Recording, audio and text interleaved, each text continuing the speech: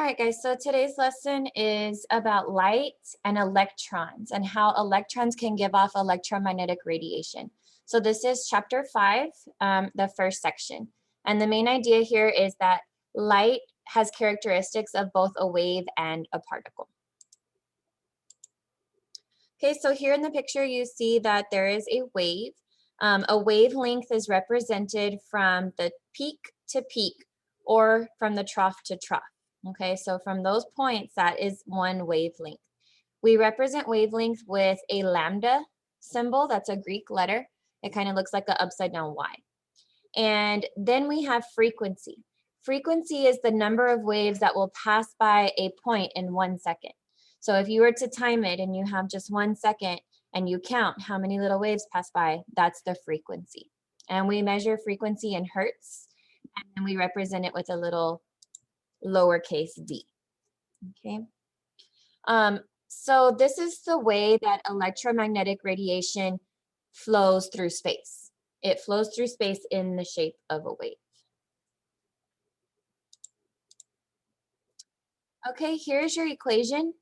It has the speed of light, the wavelength, and the frequency. Okay, so the speed of light is a constant. That means it's always the same. Okay, so the speed of light is always 3 times 10 to the 8th meters per second. And that's really fast. Okay, so in 1 second, light travels 3 times 10 to the 8th meters. Okay, the speed of light is equal to the wavelength times the frequency. So the product of these two things is always going to equal 3 times 10 to the 8th because that's a constant and doesn't change. So if you want to calculate frequency, which is what we're going to be doing in our lab today, you're going to take the speed of light and divide it by the wavelength, and that will give you the frequency. Okay. Here's a picture of the electromagnetic spectrum. Okay, it includes all of the wavelengths and the frequencies that are most common. Out of the entire electromagnetic spectrum, the only thing that we can see is this little section right here, which is visible light. Okay, and it's represented to us, we see it as all the different colors of the rainbow. Okay, but there are other waves out there, other frequencies that we can't see. Okay, we can feel some of them, we can hear some of them, but we can't actually see most of them. So we have radio waves over here. The wavelengths are a lot larger over here. Some of these wavelengths are larger than a football field. Okay, and then you come this way towards gamma rays. And these are so teeny, teeny, tiny. Okay, some of them are smaller than the diameter of an atom. Okay, so they get really tiny. So wavelengths can differ and frequencies can differ. So in 1900, Max Planck was a German physicist, and he started heating up objects and seeing that light would be emitted off of them. And so what he did was he found out the minimum amount of energy that an atom can gain or lose, and he called it a quantum. So a quantum is a very teeny, teeny, tiny amount of energy, all right? Planck's constant is 6.626 times 10 to the negative 34th joules seconds. So if you look at the negative 34, that's tiny. That means that this dot has to move 34 times to the left, which means that there's 33 zeros in front of that. So that's a teeny, teeny, tiny amount of energy. All right, we have the photoelectric effect. Whenever you see a piece of metal, if light hits it, we usually see it shine. It's shiny, it has a reflection. And what's really happening here is that light will hit the surface of the metal and it actually knocks off one of the surface electrons that's on the top of that metal. Okay, so you see that reflection that's happening. It's an electron that's being ejected from the surface of the metal. Now there's two different states that the atom can be in. It can have low energy and it can have high energy. So like me in the morning before my coffee, that's my low energy, right? I haven't started my day, I'm still tired. So that's the ground state, okay? That's towards the bottom, low energy. After I have my coffee, my bang, all this other energy shots, I'm ready to go, okay? High energy level. And so that would be the excited state. So you have the ground state with low energy and the excited state with high energy. Well, whenever the atom goes from low to high and back to low, that transition, that's when it emits electromagnetic radiation, and we call it EMR for short. That form of electromagnetic radiation is in the form of different colors of light. Okay, so we perceive it as a color of light. Every single atom will give off a different color of light. Okay, so it's specific for the element.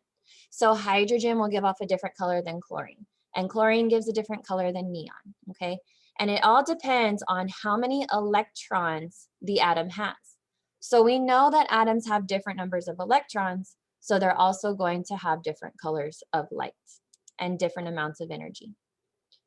5 years later, Albert Einstein suggested that light travels like a wave and a particle, that it has a dual nature. So dual means like two, right?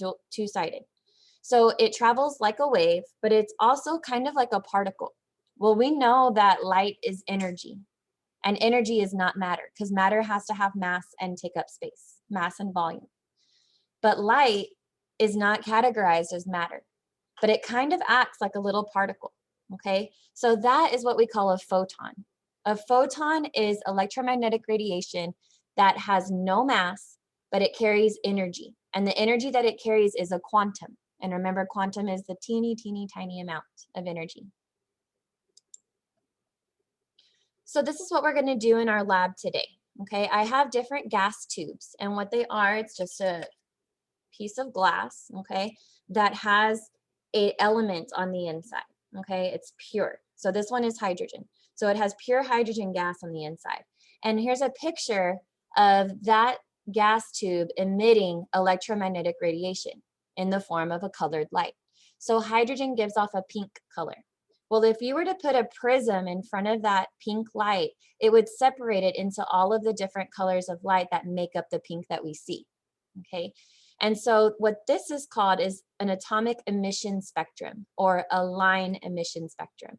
And so what that is, it's a very distinctive pattern of colors that are given off by that element. And every single element is going to have a different spectrum. So that's one way that scientists can figure out what element they're working with, is by figuring out their emission spectrum and seeing what wavelengths of light show up. And it's specific for that element, okay? And each element's going to have a different one. So hydrogen is made up of 4 different wavelengths. We have 410 nanometers, it's like a dark purple, 434 nanometers, which is like a dark blue. And then you have 486 nanometers, this is like a lighter blue. And then a larger wavelength of 656 nanometers, and that is a red type of light. So when these all combine, we perceive it as the color pink, okay? All right, I'm gonna stop the lecture there. And I want to show you guys a video about electromagnetic radiation. Electromagnetic radiation. However, most of the electromagnetic spectrum is invisible to humans. It includes radio waves, visible light, and X-rays. Electromagnetic radiation consists of waves that have an electrical and a magnetic component. These waves are produced as photons, discrete packets of energy that can be regarded as particles that travel through space. Electromagnetic radiation can travel through a vacuum and through some types of matter. For example, visible light can pass through glass. Electromagnetic radiation travels at the speed of light, about 300,000 kilometers per second in a vacuum. Scientists classify electromagnetic radiation based on wavelength or frequency. Wavelength is usually measured in meters. Some waves, such as X-rays, have a wavelength of 1 times 10 to the minus 10 meters, about the diameter of an atom. Some AM radio waves have a wavelength of over 5 times 10 to the second meters, 5 times longer than an American football field. Frequency is measured in hertz and is inversely related to wavelength. A shorter wavelength means a higher frequency, while a longer wavelength means a lower frequency. It can range from less than 3 times 10 to the 9th power hertz for low frequency radio waves to 3 times 10 to the 19th power hertz for high frequency gamma rays, such as those released during nuclear explosions.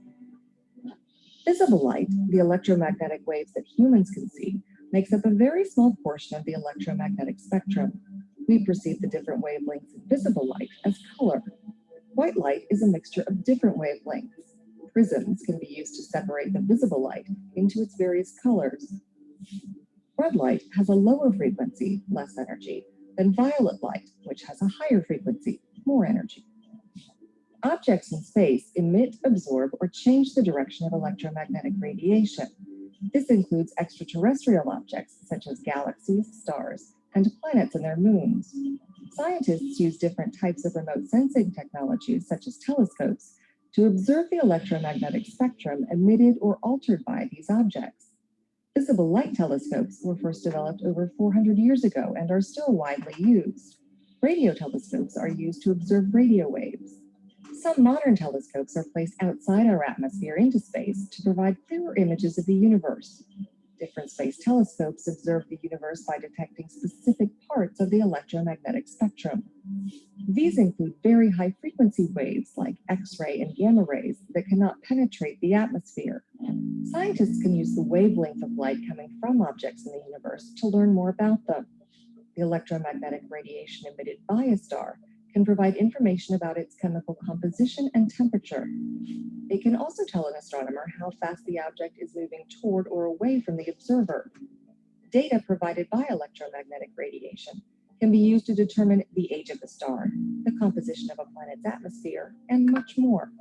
Stars can be classified using the amount of radiation from them that reaches the Earth. This is the apparent magnitude of the star. Alternatively, the actual brightness of different stars can be compared using absolute magnitude.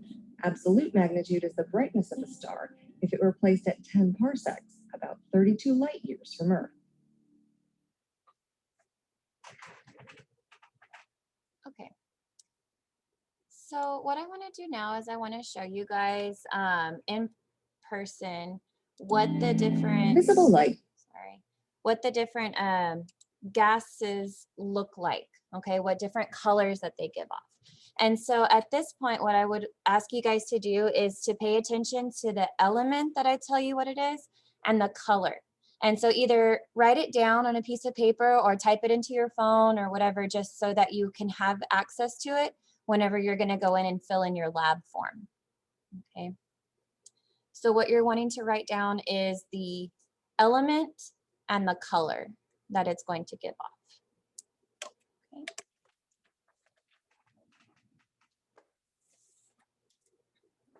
Just going to adjust my camera so you guys can see.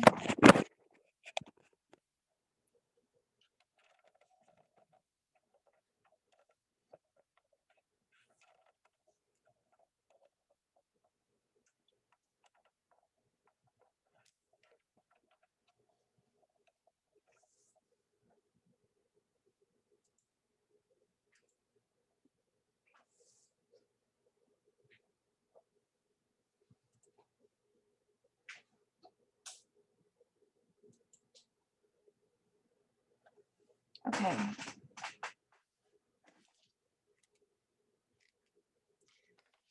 All right, so the first element that I'm going to show you guys is the hydrogen. And if you remember from the lesson, hydrogen is going to give off the color pink, okay? And so where you want to look on the gas tube is right in the middle, okay, not the top or the bottom. And that's the characteristic color that hydrogen gives off. So like I said, this shade of pink, only hydrogen will give off this color.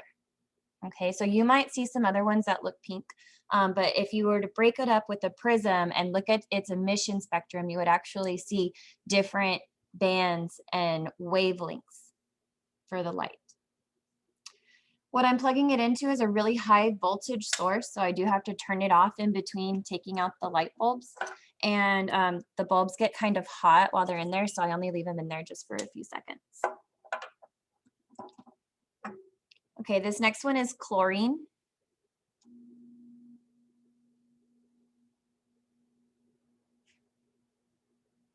So it's also pink.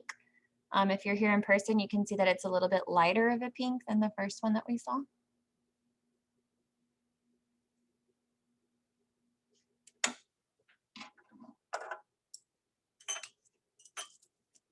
This next one is helium. Helium is peach.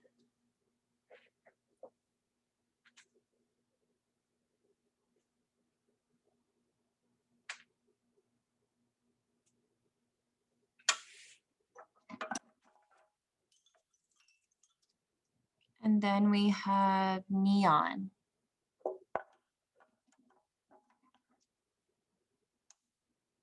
Red.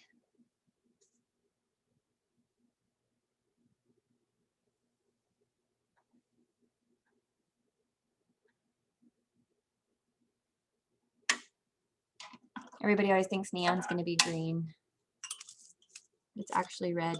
So whenever you see neon signs at restaurants and stuff, it's really just a glass tube with the gas on the inside for whatever color that they want it to shine. And they just plug it into a light source. Okay. This one is argon. This one is purple. It's kind of hard to see through the camera, but this one is purple. So what's happening when I plug it in to the light source and turn it on, the atoms are getting a very high amount of energy, okay? And so they're jumping from ground state to excited state and back down to ground state. And that's when the electrons give off the different colors of light. This next one is krypton.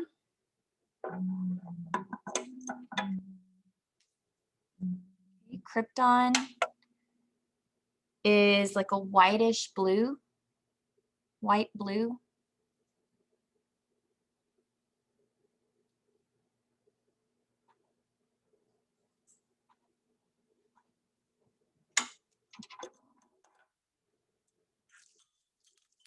And then we have xenon.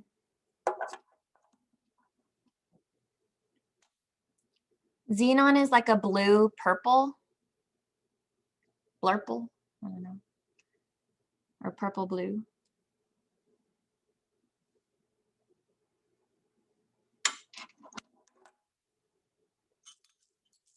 And next we have mercury. Mercury is a really bright blue, like a frozen Elsa blue.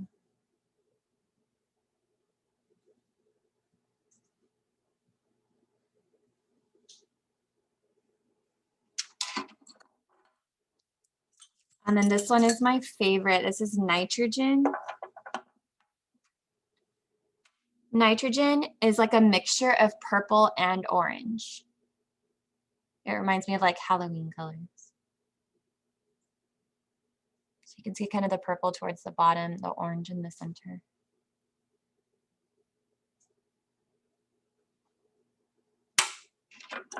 And then the last one is oxygen. Oxygen is the most boring light color possible, and you might not even be able to see it online. It's like a very dim purple gray. This one is oxygen. It's like purple gray or gray purple. Okay. Marisol, can you turn on the lights for me, please? All right, so there was 10 of them. And that was all 10.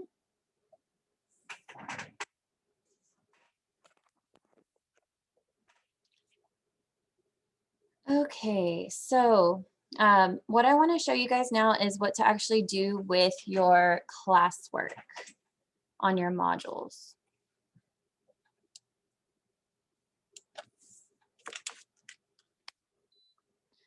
So what you're going to be doing is filling in the lab paper. So you're going to put what color you saw, and it's going to tell you a wavelength, and you're going to try and figure out the frequency of that color given the wavelength.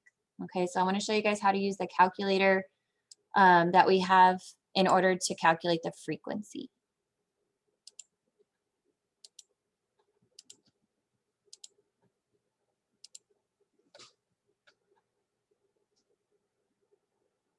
All right, so under today's module, you have the PowerPoint notes, you have the video that I showed in class, and then you have the gas tube video. Just in case you missed one when I was going over the lab, you can come back and watch it here because I recorded this the other day, okay?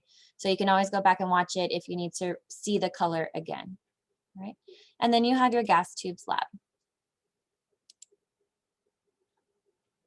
Okay, so for my class, you guys have 2 chances on this assignment, and it'll take the highest score. And also I count labs for 200 points instead of 100. Okay, so just make sure that you try your best on this assignment because it's worth 2 grades. So the speed of light is 3 times 10 to the 8th meters per second. Okay, so you're going to take that number and divide it with the wavelength. So the speed of light divided by the wavelength, and that's going to give you the frequency. Okay, so for on the first one here, I'll do it with you guys. Hydrogen has a color of pink. And then here's the wavelength. I'm giving that to you so that you can calculate the frequency, and you're going to have to select which frequency it is. Okay, so the wavelength is 4.10 times 10 to the negative 7th.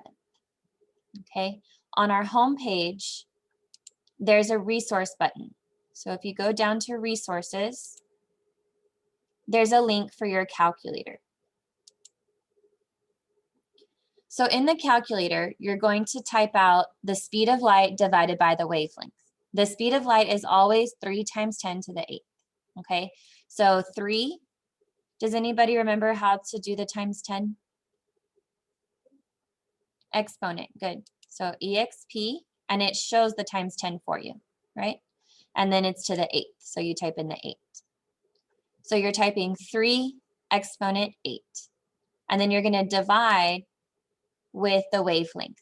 So the first one, the wavelength was 4.10 exponent negative 7. And the negative is the minus button, okay? And so here's your answer. Now your answer choices are written in scientific notation, and this is not. So you're going to have to put a decimal right here after the first number, okay? So if we were to round this, it would be 7.32 times 10 to the 14th, because if you count how many times you move that dot all the way over, it's 14 times, okay? So your answer for this one would be 7.32 times 10 to the 14th. Now for every single problem, your answer should be times 10 to the 14th, because the speed of light is always raised to the 8th power, and then all of your wavelengths are raised to the negative 7th power, okay? So the main thing that you need to look at is the first few numbers here. So that way you can match it on your lab assignment, okay? So let me know if you have any questions during your assignment, and that's all we'll have for today.